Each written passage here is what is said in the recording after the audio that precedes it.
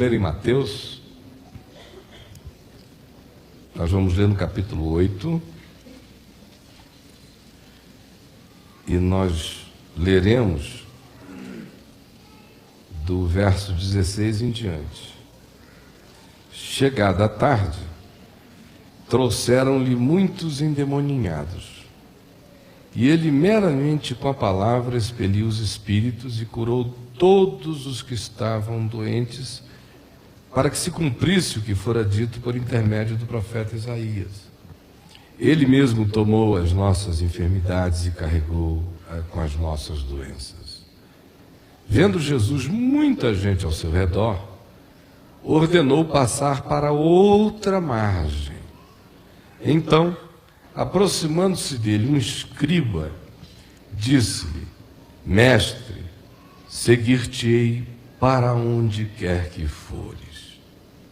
Mas Jesus lhe respondeu: As raposas têm seus covis, e as aves do céu ninhos, mas o Filho do Homem não tem onde reclinar a cabeça.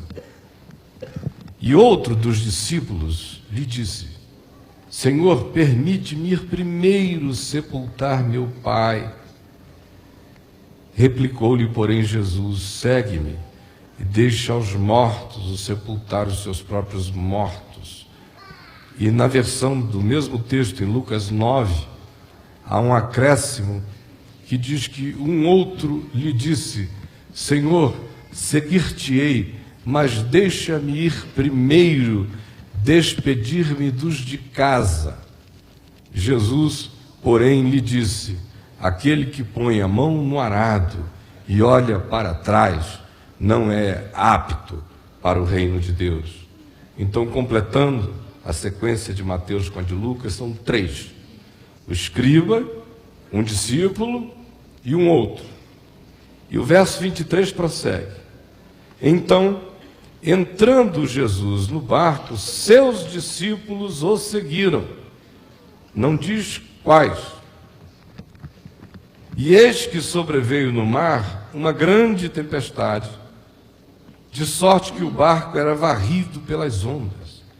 Entretanto, Jesus dormia.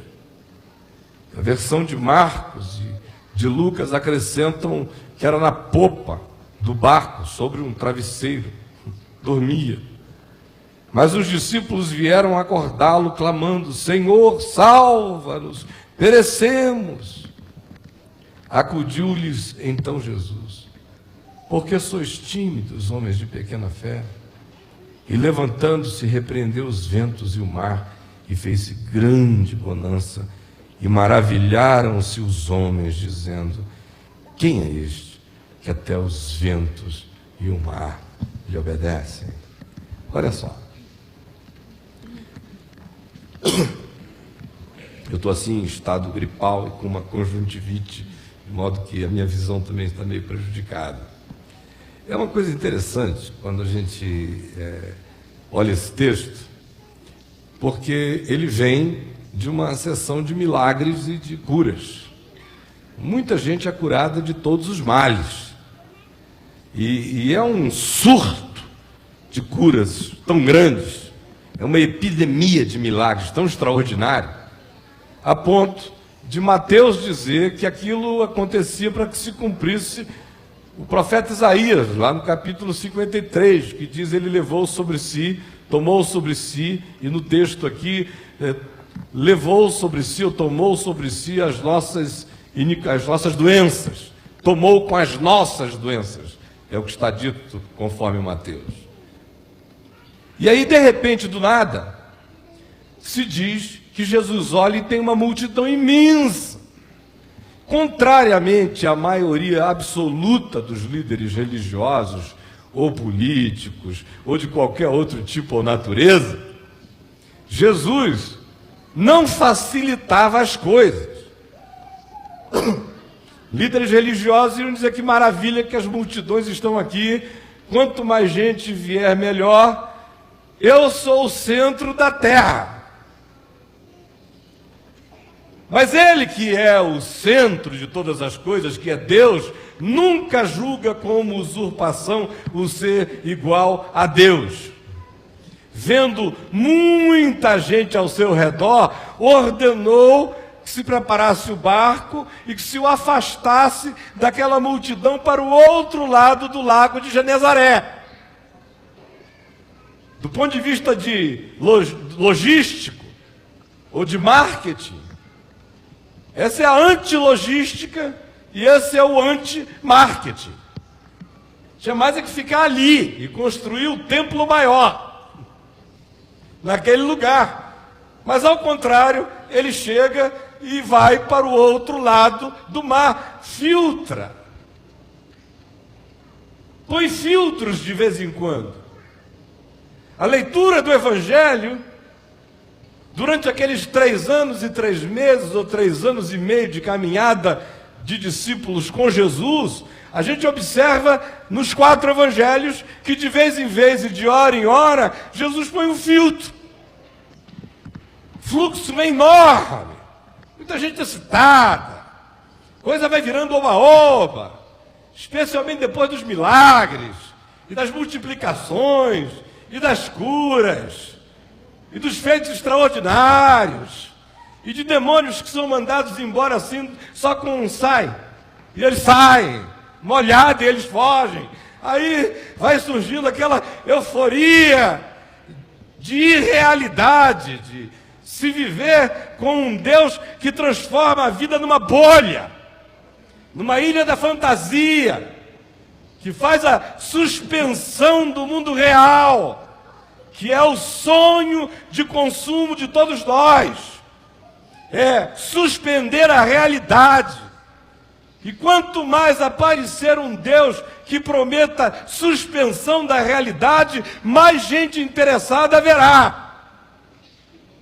No caminho, na verdade, na vida, não. Porque a porta é estreita justamente por causa disso, porque a demanda, o que se pede, não é muito, é uma única coisa, mas a única que a maioria não quer dar. E aí Jesus, de vez em quando o fluxo das multidões está enorme, você vê claramente no Evangelho que ele dá uma afunilada. Que ele deixa as pessoas sentirem ou discernirem se elas estão seguindo a ele por ele, pelo que ele diz, pelo que ele ensina, por quem ele é, pela verdade a ser provada, experimentada como benefício, como boa nova para si mesmo, para o indivíduo, para o coração, ou se é por causa dos pães multiplicados, dos peixes que superabundam, das curas profiláticas que aconteciam, ou se é apenas por causa das barganhas que o cara acha que pode fazer, chega ali, adora e é curado, ou leva uma filha doente que ela nem tratou tão bem a vida inteira, e a menina recebeu a cura, e aí vamos segui-lo, porque assim, toda vez que a gente precisar, a gente tem, transformando, portanto, Jesus em supremo desejo, fruto da necessidade menor, e não Deus, discernido em razão de que Ele é, com necessidade, sem necessidade, encontrando com Ele, a necessidade essencial está resolvida e satisfeita. Mas a tendência humana é para nós nos viciarmos em qualquer que seja o projeto de caminho com Deus que faça suspensão do mundo real. Se anunciarem daqui para frente que na terra nós não teremos mais aflições, e que nem bom ânimo mais a gente precisa ter, porque já era tudo e nós estamos por cima da carne seca, porque somos os filhos do rei, a maioria de nós vai dizer aleluia, graças a Deus. Essa é a teologia da prosperidade. Essa é a palavra rema, que coloca na tua boca, contrariamente ao ensino da Escritura, numa má interpretação, o poder mágico de Ali Babá, de dizer, abre-te Sésamo, abre-te Deus, faça-se isto, conforme a minha vontade, e supostamente os céus e a terra têm que obedecer o capricho dessa palavra rema. Na minha terra, remoso é sinal de uma coisa que se você comer faz mal para a saúde. Não come esse peixe não, que é rimoso. Você está com uma ferida na perna, não come tartaruga, que é rimosa, vai amanhecer mais inflamado, aumenta a inflamação. A verdadeira palavra rema do Evangelho é vida, mas essa outra que ensinam por aí é remosa, faz mal. Desejo, todavia, é dessa suspensão do mundo real. E aí a gente vê, como eu disse, de vez em quando, Jesus colocando esse filtro. E ele coloca esse filtro exatamente nessa hora outra vez. Muita gente, muita devoção banalizada em relação a Deus. De repente ele mesmo vai começar a virar tótem, objeto pagão de culto. E Jesus toda hora apresenta outra vez o significado da boa nova e do reino de Deus, que é para que, pela proliferação dos milagres, as pessoas o totemizem, ao invés de discernirem quem Ele é, o Deus da nossa vida, com saúde, sem saúde, vivendo ou morrendo, seguindo em qualquer circunstância. Aí ele bota um mar no meio e diz tchau. Vou atravessar para o outro lado. Se os caras quisessem ir para o lado de lá, o Mar da Galileia tem 20 quilômetros, 22 de comprimento, 12 de largura. Dependendo de para onde ele fosse, era uma correria. Imagina só que eles tinham que, como diz o pessoal do norte, que arrudear para chegar lá, né? Tchau. Bye. Aí, de repente, aparece um escriba na história. Vocês sabem quem é o escriba? O escriba vive de escrever. O escriba é um teólogo, é um professor, é um indivíduo dedicado às letras, é um homem dos rolos, dos livros. Naquele tempo, um livro como esse aqui, como a Bíblia, nós precisaríamos de jumentos para carregar os rolos. Jumentos. Rolos e rolos e rolos e rolos e rolos. Então o escriba era um cara que vivia no meio dos rolos. Um sujeito bem enrolado. Ele tinha que ficar com os rolos. Cuidar, ler, abrir na mesa, tinha que ter espaço. O escriba, para ser escriba, tinha que ser um cara da estada, não do caminho. Tinha que ser aquele cara que fica, não que vai. Ele é o sujeito que não pode se mudar, porque ele precisa do aparato dele ali o tempo todo. Ele é escriba e o trabalho é meticuloso. Transcrever as escrituras sem erro nenhum, era o que eles faziam. Quando chegava a hora de escrever o nome de Deus, parava tudo, e aí orações e flexões e tudo mais para poder escrever. Estudando e decorando todas as escrituras. Esse é o escriba. Chega o escriba, depois que Jesus separou a multidão e disse: olha, estou atravessando, aparece o escriba. E diz assim: mestre, seguir-te-ei para onde quer que fores. Você pode imaginar um cara que vive com os rolos. Como é que ele ia seguir Jesus? Só se ele deixasse de ser escriba. Ou só se ele trouxesse a palavra para o lugar onde a palavra pertence, no coração, e se tornasse um verdadeiro escriba, versado no reino dos céus, o qual tira do seu depósito coisas novas e coisas velhas, porque aí a palavra já não está nos rolos, está na consciência e está no coração. Aí dá para seguir Jesus na leveza do caminho. Mas como escriba da religião não dá, era muito rolo.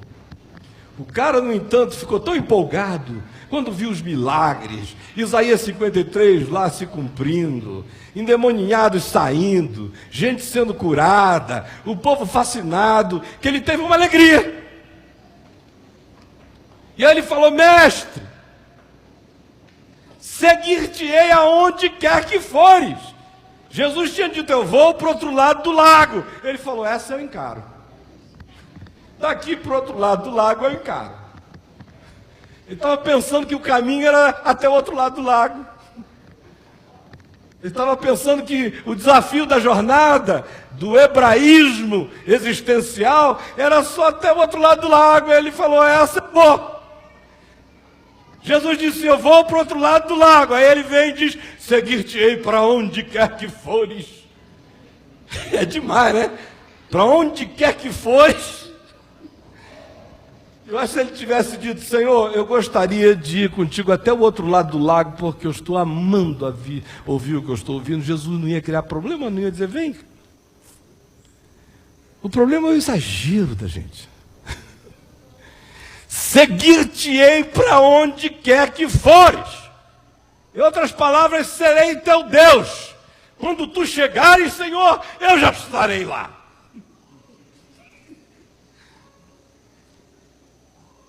Não tens alternativa a não ser seguido por mim. O cara já chega determinando que Jesus não tem mais nem direito à privacidade. Aonde quer que o Senhor vá, eu irei. Mas isso é só empáfia da letra, dos superlativos, dos exageros, do fanfarrismo, do anúncio alto e público de um compromisso absoluto, de uma disposição missionária indômita, declarada. Aonde quer que tu fores, eu irei. Mas ele está pensando que é só até o outro lado do lago. Aí Jesus virou para ele e disse, olha, as raposas têm os seus covis, as aves dos céus têm os seus ninhos. O filho do homem, porém, não tem aonde reclinar a cabeça. Essas raposas, oportunistas da vida, do campo, da natureza, predadoras, simbolicamente associadas para nós quase sempre ao que não presta, as espertezas malandras e perversas, tem os seus covis, as aves dos céus, frágeis, tem todavia os seus ninhos, seus pousos, seus aconchegos, mas o filho do homem, a quem tu dizes que queres seguir, não tem aonde reclinar a cabeça. Como é que você vai fazer com esses rolos todos? E não se diz absolutamente nada sobre a resposta do homem. Só se diz uma outra coisa, que alguém pegou carona no episódio. E a carona quem pegou foi um discípulo, que diz, então um discípulo vem a ele e diz, olhando nos olhos dele, Jesus insta com o discípulo, chama, diz, olha, vem, segue-me, eu quero você comigo, vem para o barco, vem para o outro lado, olha para ele e tem a atitude oposta. Aí esse indivíduo diz, Senhor, deixa-me primeiro sepultar o meu pai, o que parece uma razão absolutamente justificável, né? Sepultar teu pai.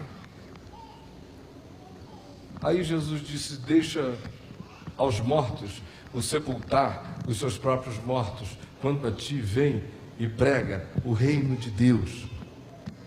Primeiro é um escriba que anuncia e propala que vai para qualquer lugar, pensando em qualquer lugar, termina bem ali, pensando que ele pode ter controle sobre o caminho, achando que ele sabe aonde termina a estrada, com a presunção de julgar que ele pode imaginar até onde Jesus vai.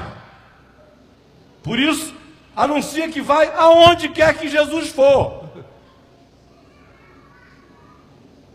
E a grande expectativa de Deus em relação a nós não é essa de que nós anunciemos que nós iremos com Deus aonde Deus for ou aonde Jesus for. O que eu digo é, Senhor, há muitos e muitos lugares aonde tu vais que eu te peço que tu me poupes de ir, porque eu não banco até lá.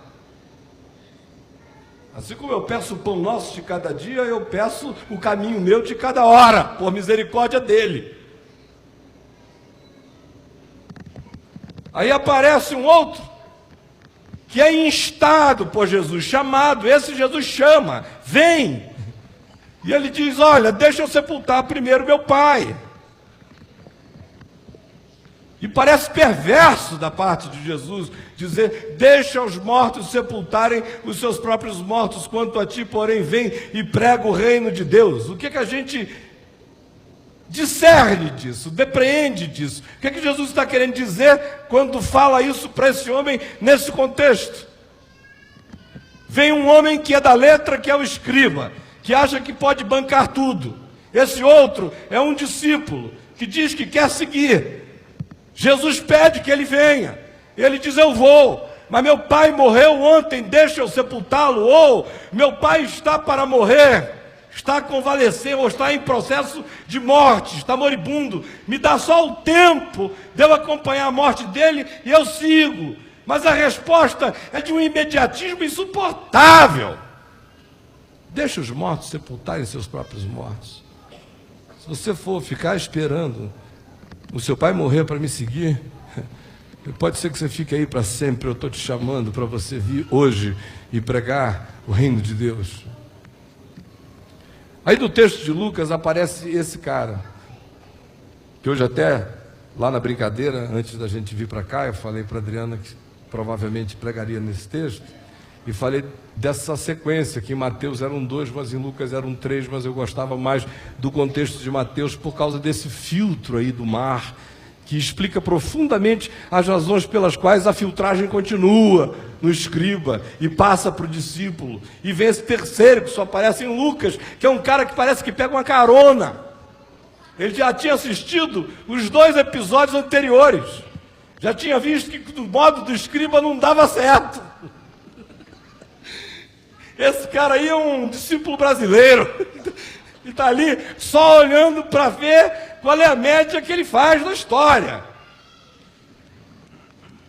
O escriba tinha dito, eu vou para onde o senhor for. Aí Jesus disse, olha, se fosse para uma cova ainda era mais gostoso, ou se fosse para dormir num puleiro ainda era mais seguro, mas no meu caso não há onde reclinar a cabeça. Aí ele diz, ei. Aí vem o outro, que é objeto de insistência, vem, fala do pai, dos mortos, da morte, de um tempo para fazer isso, de um rito, seja lá imediato ou apenas o processo de esperar o pai morrer para se engajar no projeto do reino. E viu Jesus dizer, olha, deixa os mortos sepultarem seus próprios mortos.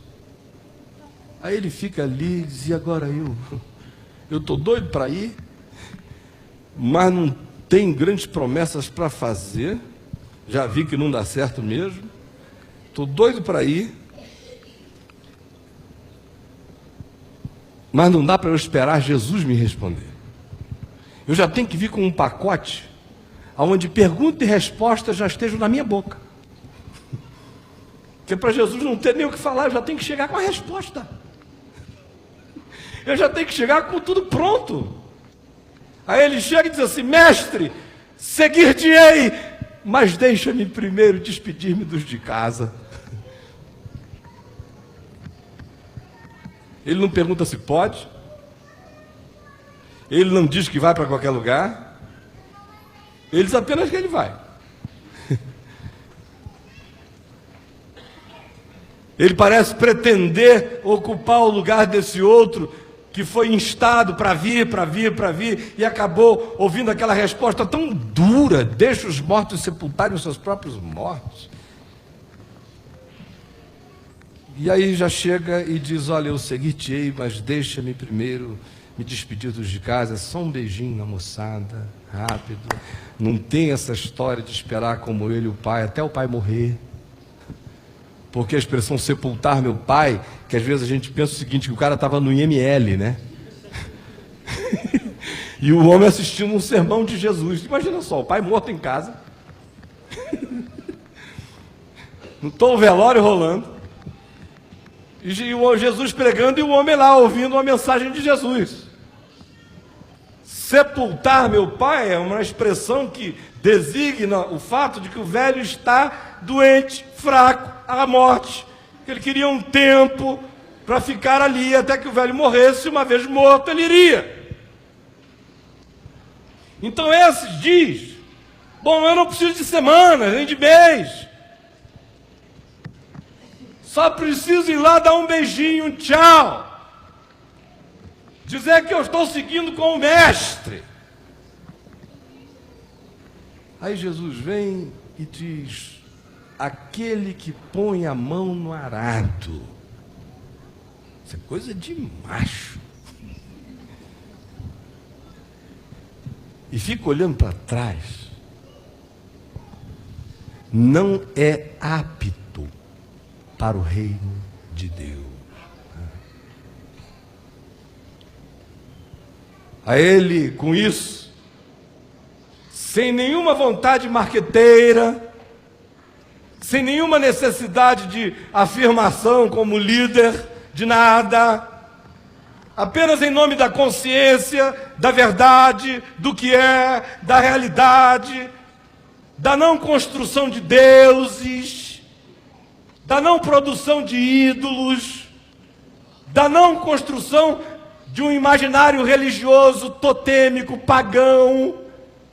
Ele simplesmente, vez por outra, depois de abençoar multidões e curá-las, e ver que começa a se instalar a doença do consumo do sagrado, ele põe filtros.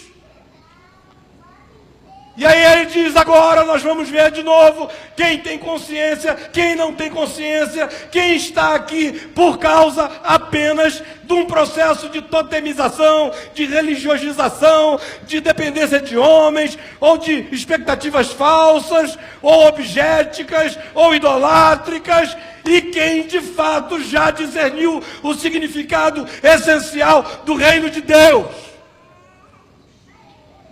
E com isso ele afirma, em primeiro lugar, sua nenhuma preocupação com as quantidades imensas de pessoas seguindo. Ele é o mesmo que prefere uma ovelha salva do que 99 seguras na sua inconsciência.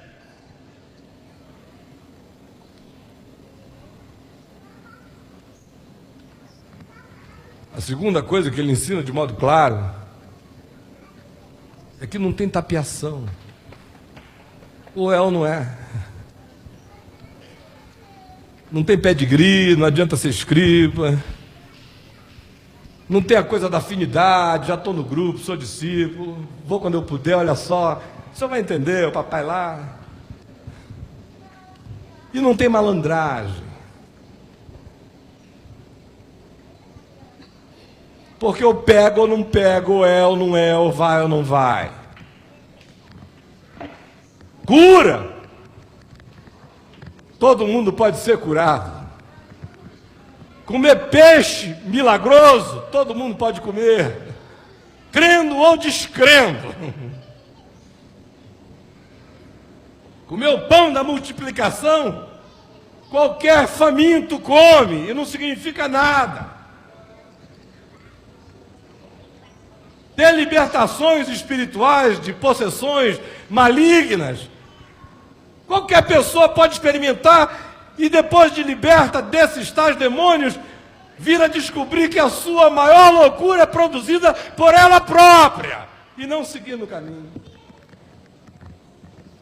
Como também pode haver aquela multidão enorme de pessoas que vão ficando maceradas, viciadas, dessensibilizadas, agradadas, felizes, com aquela impressão de que mergulharam num estado de suspensão e que basta ficar naquele ambiente que, quem sabe, as coisas se perenizam para sempre, e aí cria-se o ópio do povo, o espírito da religião, uma mentira do diabo.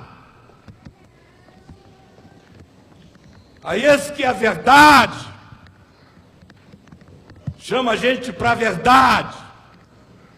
Esse que é a vida, tira a gente da fantasia e nos põe na trilha, no caminho, na vereda, na qual cada um anda pela fé. na qual ninguém tem instruções a dar a Deus, na qual ninguém tem declarações poderosas a fazer, na qual ninguém tem desculpas ou arranjos ou afinidades para barganhar, na qual não há malandragens para serem praticadas.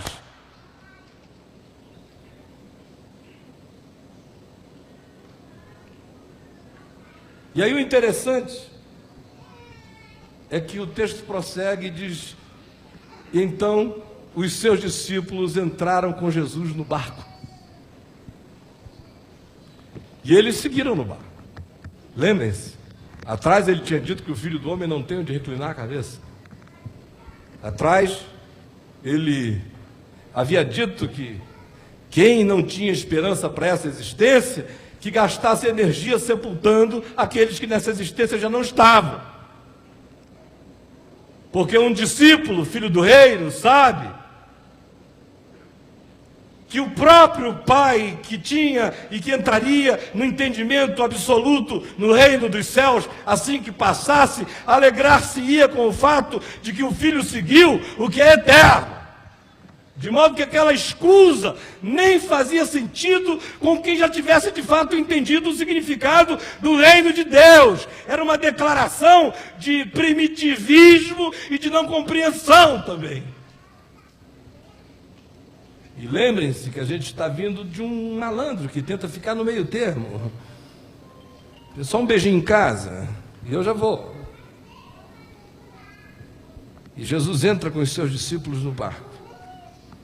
E assim que eles vão saindo, o mar começa a ficar tempestuoso.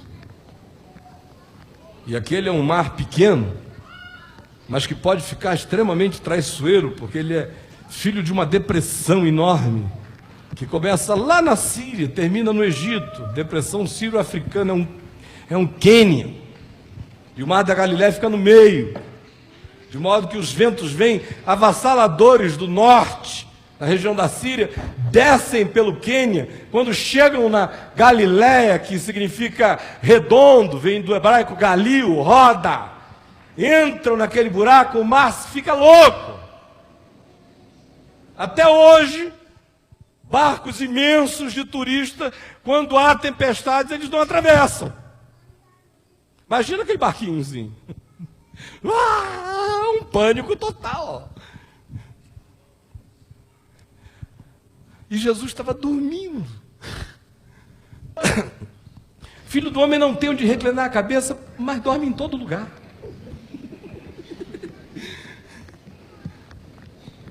Cada lugar pode ser um pouso, um ninho. Olha, eu não tenho, mas não precisa ter, porque eu sou. Não tenho onde reclinar a cabeça, porque a minha cabeça se reclina em mim. Não tenho ninho, porque eu sou meu ninho. E aí lá está ele, dormindo no meio da tempestade. Mostrando clara e explicitamente para todos nós que segui-lo pode significar ter que entrar no meio do ambiente da tempestade e ter que sentir na pele o significado da nossa própria fraqueza, ter que pedir socorro, ter que pedir ajuda, experimentar o significado do medo, sentir todas essas coisas vibrando dentro de nós para crescermos e aprendermos a chegarmos, quem sabe, pela graça dele, um dia no qual a gente não precisa acordá-lo do sono, a gente durma com ele. A gente não precisa dizer socorro, a gente já saiba que ele é socorro. Que a gente não precise mais do pânico, porque a gente já saiba que, como discípulos dele, mesmo não tendo onde reclinar a cabeça, aonde Deus sossega, a gente sossega com Deus. Que é um estado que eu estou longe de alcançar e que eu gostaria de todo o meu coração de alcançar antes de partir da terra. Que é quando Deus silencia, você faz silêncio. Quando Deus fala, você fala. Quando Deus dorme, você dorme. Quando Deus levanta, você levanta.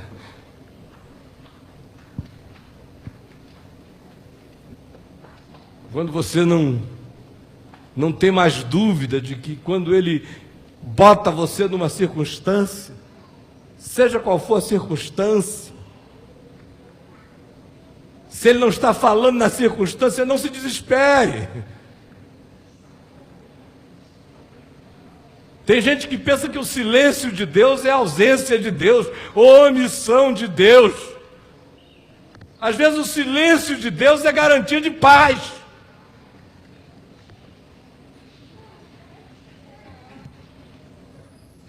Nós somos tão nervosos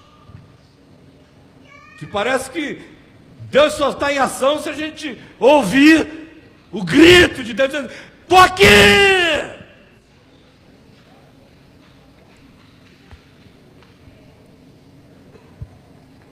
Eu não sei em que estado da vida você está, nem em que estágio, nem que dia é esse para você. Eu não sei se você é daqueles que estão apenas entusiasmados com sentimentos, sensações, experiências, possibilidades, expectativas, nada além disso ou coisa alguma mais profunda, quem sabe um bem-estar para a alma, quem sabe se bem não faz mal não faz chegar até lá. Se você está naquela dos que dizem: eu me levanto, tenho uma semana legal, me dá um ar assim de positividade, entendeu? Uma espécie de Laí Ribeiridade existencial. Sei qual é a sua, mas eu queria que você soubesse qual é a minha. Nenhum interesse de ver isso aqui entupido de nada. Nenhum interesse em sair daqui para um lugar maior ainda, lotado de coisa nenhuma. Cheio de gente vazia, entupido de ocos, de viciados, de dependentes. Porque até Jesus, que é o Filho do Homem, de vez em quando joga um lago no meio da história, que é para ver se as pessoas acordam e andam por elas mesmas e discernem, e percebem, e entendem, e tomam posse.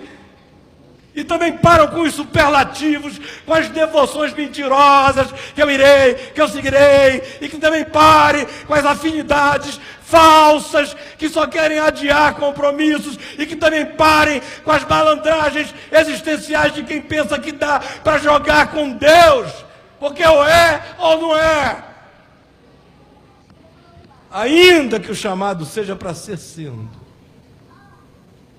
Começa com to be or not to be. Mas na hora que o cara diz to be, aí Jesus diz, so go being. Vai ter que ir sendo, crescendo, seguindo, entrando em tufão, passando pela tempestade, gritando, pedindo socorro, aprendendo com o Filho do Homem que é possível dormir em qualquer circunstância, que é possível crer que todas as ondas e todos os ventos e todos os mares e todos os fenômenos e todos os poderes estão sob a voz desse que dorme. E deu uma levantada meio irritado, de acordo com o texto grego. Isso no meio de uma soneca. Eu falei o dia inteiro. Eu acho legal essa irritação de Jesus. Como eu acho lindos os sarcasmos de Jesus, as ironias de Jesus, as brincadeiras de Jesus. Aqui tem uma irritação. De vez em quando tem umas irritações. Jesus arrancou um suspiro, até quando? Tirando do íntimo uma angústia.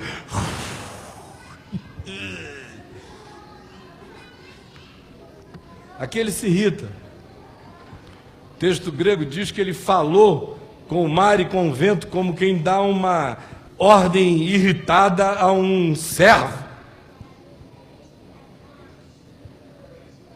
Simplesmente chega e diz: psiu, cala! Psiu.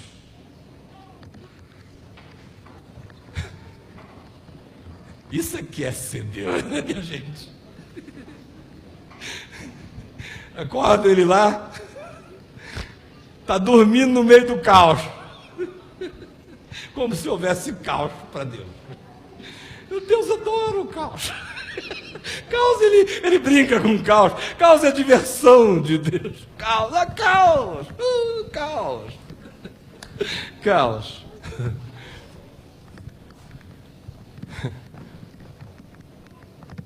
Aí vão acordá-lo. Filho do homem não tem onde reclinar a cabeça, mas onde ele reclina, ele dorme.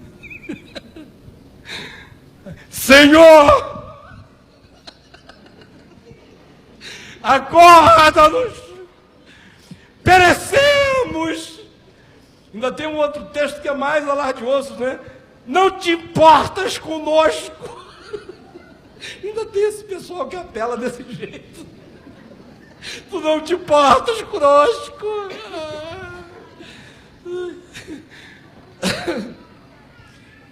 Aí ele levanta, olha para os caras, quase que ele disse: meu Deus, a tempestade são vocês.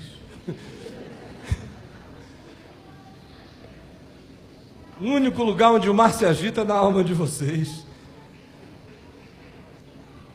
Ele olha em volta para acalmar o coração, ele acalma o lado de fora, só para simbolizar o fato de que, assim como não importa do lado de fora não ter onde reclinar a cabeça, porque o que importa é do lado de dentro, ter seu ninho e seu pouso, para ultra circunstancialmente poder descansar o coração, assim também as grandes tempestades não são as do lado de fora, são as do lado de dentro.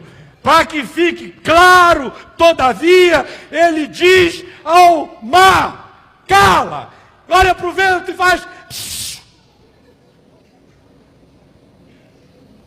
E tudo calou e veio a bonança.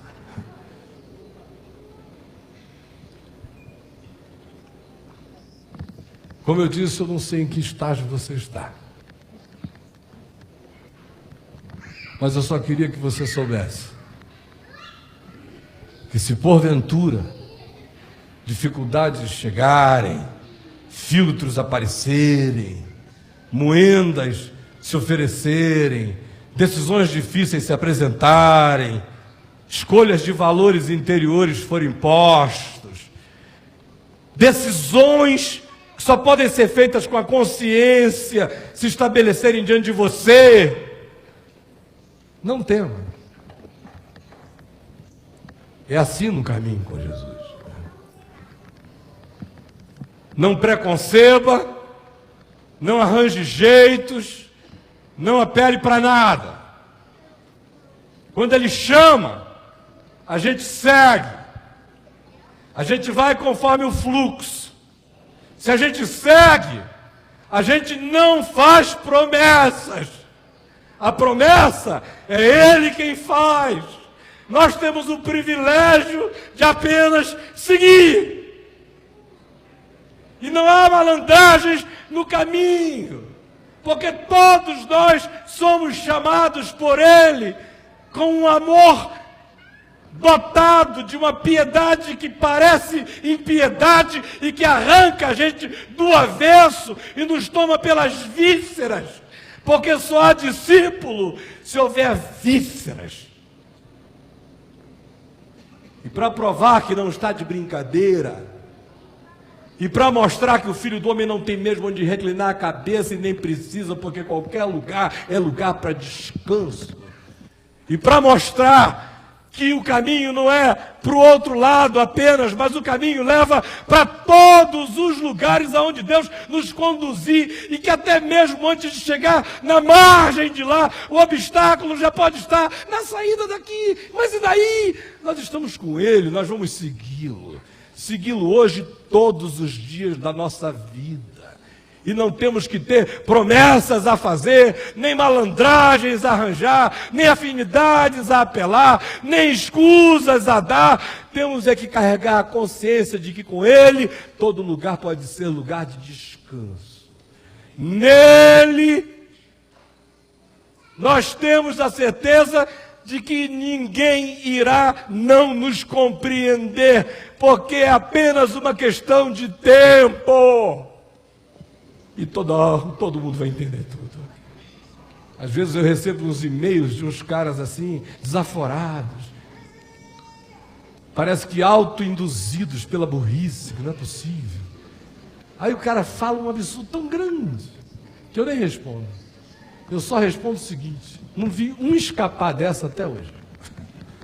Digo, meu irmão querido, hoje é o dia tanto, do tanto, do tanto. Você está me dizendo isto, isto, isto. Eu digo isto, isto, isto. Não precisamos discutir. Você tem tantos anos de idade, eu tenho tanto. Estatisticamente falando, dentro de uns 25 anos a gente vai estar na presença do trono. Aí o cara já começa a tremer, né? Quando põe data, ele não quer nem pensar, ele pensa que vai viver para sempre. Eu espero um pouco, 25 anos passa assim, ó.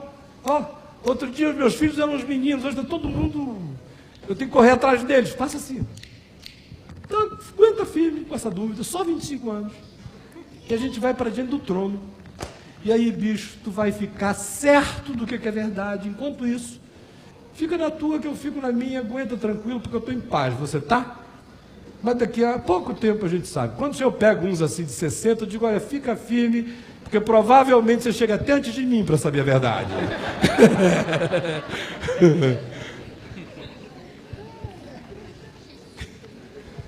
Talvez. Pode ser que não. Chamado é simples. Não se turbe o vosso coração. Credes em Deus? Crede também em mim. Na casa de meu pai há muitas moradas. Se assim não fora, eu vou-lo teria dito, pois vou preparar-vos lugar.